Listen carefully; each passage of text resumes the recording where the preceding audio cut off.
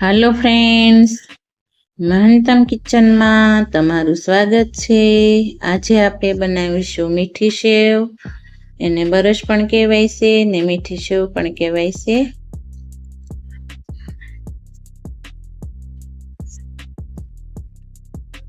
એના માટે મેં અહીંયા બજારમાં મળે છે એવી ઝીણી સેવ લીધી છે।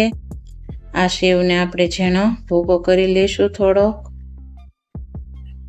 ઝીણો ભૂકો કરી લેવી એટલે ચડવામાં સારું પડે અને બધા સ્ટોરમાં સેવ મળી રહેશે, કરિયાણા સ્ટોરમાં પણ મળી રહેશે। આપણે ભૂકો કરી લીધો છે। હવે અહીંયા આપણે સેવમાં રેડવા માટેનું ગરમ પાણી મૂકીશું 2 ગ્લાસ અને આ પાણી આપણે મીડિયમ ગરમ થવા દેવાનું છે। હવે એક બાઉલ મૂકી ગેસ શરૂ કરી 1 ચમચી ઘી નાખી અને ગરમ થવા દઈશું।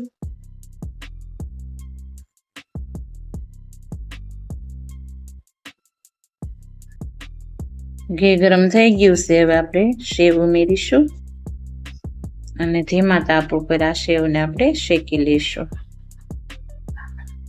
ઉપર નીચે કરતા જઈશું ને ધીમા તાપ ઉપર શેકી લઈશું।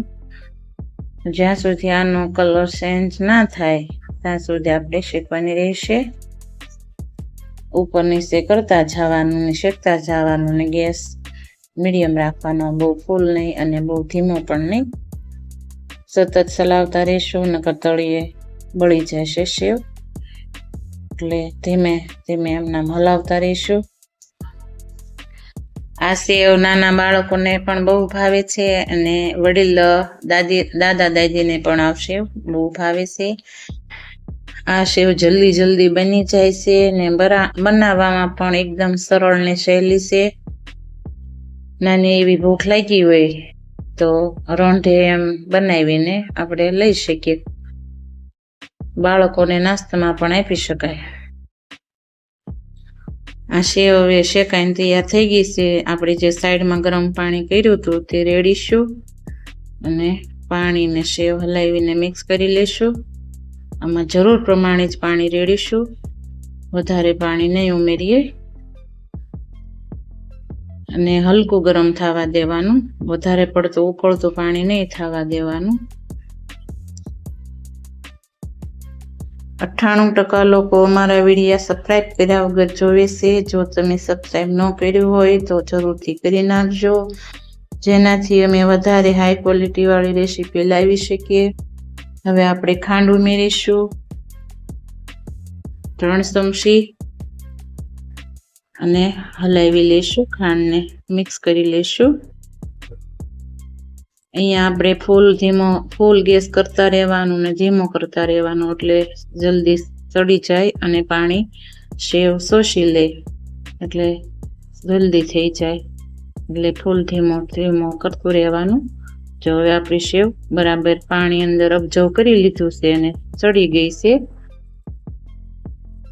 જો તમારે વધારે ગળું ખાવું છે તો થોડી 1 ચમચી વધારે ખાંડ ઉમેરીજો અને મીડિયમ રાખવું હોય તો આ માપ રેડી છે। મારા આ રેસીપીના વિડીયાને બીજા જોડે શેર કરતા રહેજો, જેનાથી બીજા લોકોને પણ લાભ મળતો રહે। મારી આ રીતથી તમે પણ સેવ બનાવવાની ટ્રાય કરજો અને મને કમેન્ટ કરીને જણાવજો કે તમારી આ સેવ કેવી બની છે। હવે આપણે બરાબર હલાવી અને ડીશમાં સર્વ કરી લઈશું।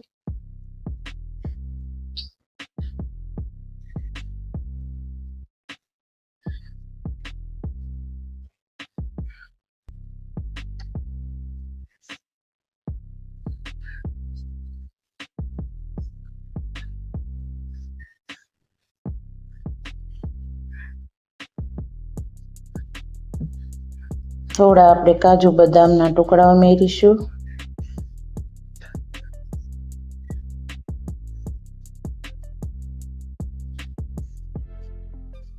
હવે આ સેવ બનીને તૈયાર છે।